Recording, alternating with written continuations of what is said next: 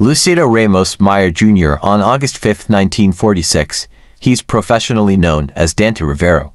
A prolific figure in Philippine entertainment since the late 1960s, starring in both film and television for over 5 decades, rose to fame in classic movies such as Santiago.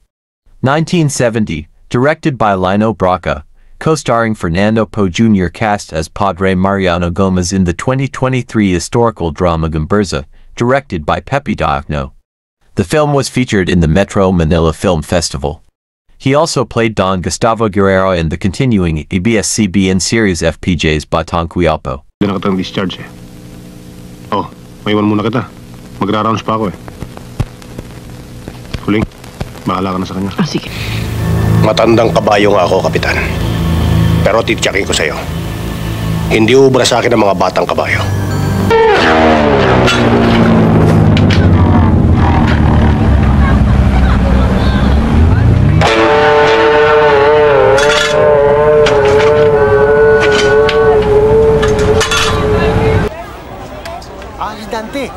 Si Dante!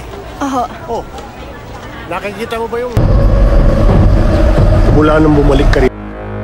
Sige mga apo, kumain lang kayo. May ayusin lang. Padre Burgos! Seno Alberto! Walang tungkol dito.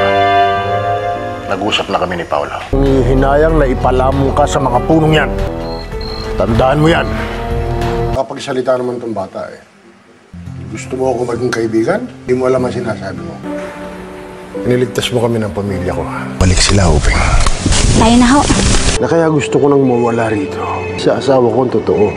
Paano po yan? Ito ang ginagawa dito sa opisina eh. Tinatanong ko kayo. Saan mo dadalhin si Agar? Meron ba akong kailangan malaman? Madali kong aregluhin yan. Paalala ko sa'yo. Ang pangalang Ella Di Mano. Tapang ka lang. Dahil binura mo lahat na...